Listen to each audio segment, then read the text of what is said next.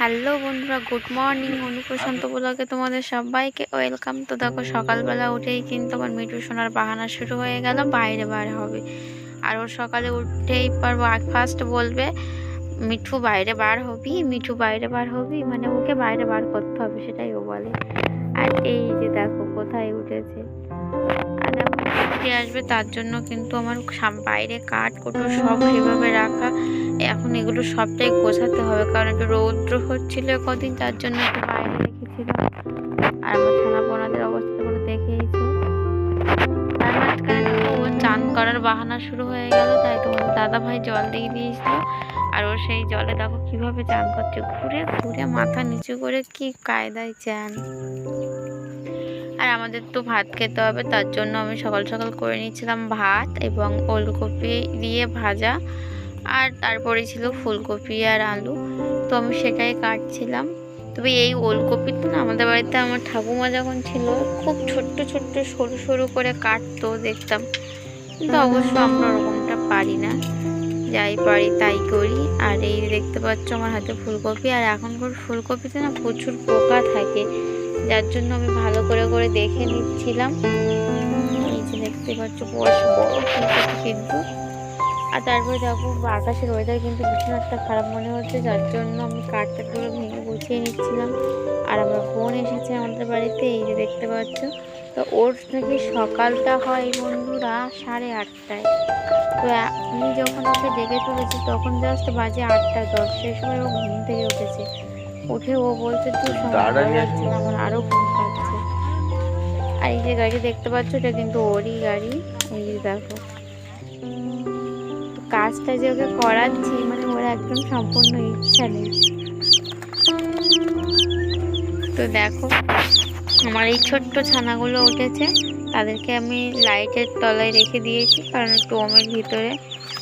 আর এরপরে দেখো ঝিরঝির করে এমনি বর্ষা পড়া শুরু হয়ে গেছে, ছানাদের এবার তুলে দিতে হবে। এই যে দেখো ঝিরঝির বৃষ্টি হচ্ছে, তাই এর অবস্থাটা দেখো। এই যে, তো বন্ধুরা চলো তোমাদের একটা দারুণ জিনিস দেখাবো, কারণ বৃষ্টি হচ্ছিল আর সেই সময় আমার ছানাদের তুলে দেওয়া হয়েছে।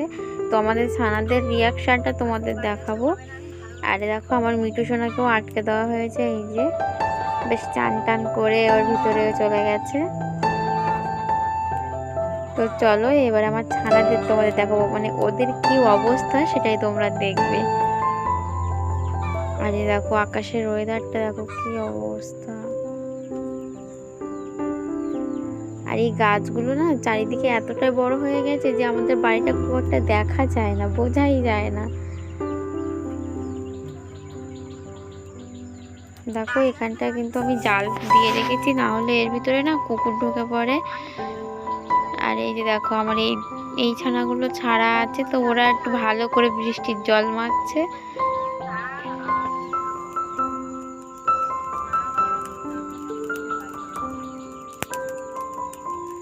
তো চলো এবার ঘরের ভিতরে ছানাদের তোমাদের একটু দেখাই।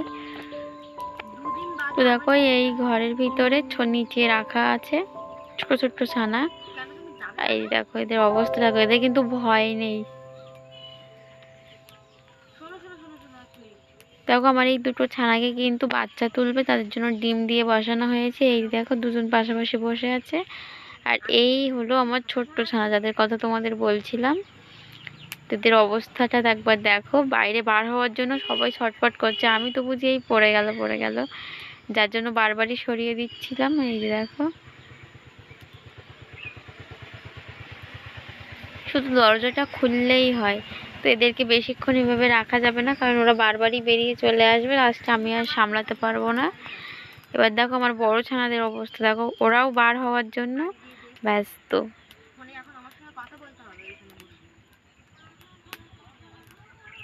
এই যে দেখো, আর শুধু দরজাটা খোলার এদের অপেক্ষা, কারণ দরজা খুললেই ওরা বেরিয়ে পড়বে।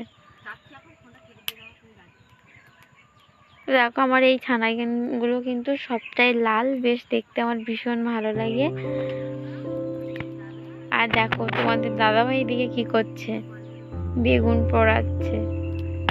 তো দেখো বেগুন পোড়াটা কিন্তু তোমাদের দাদাভাইয়ের খুবই ফেভারিট, যার জন্য ও সবসময় কিন্তু বেগুনই পোড়ায়। তো বন্ধুরা, আমি ভিডিওটি তাহলে এখানেই শেষ করছি। সবাই তাহলে ভালো থেকো, পরের ভিডিওয় তোমাদের সাথে আবারও কথা হবে। আর আমার ভিডিওটি তোমাদের ভালো লাগলে চ্যানেলটি অবশ্যই সাবস্ক্রাইব করো আর কমেন্ট করে জানাবে কিন্তু তোমাদের কেমন লাগলো। টাটা, সবাই ভালো থেকো তাহলে।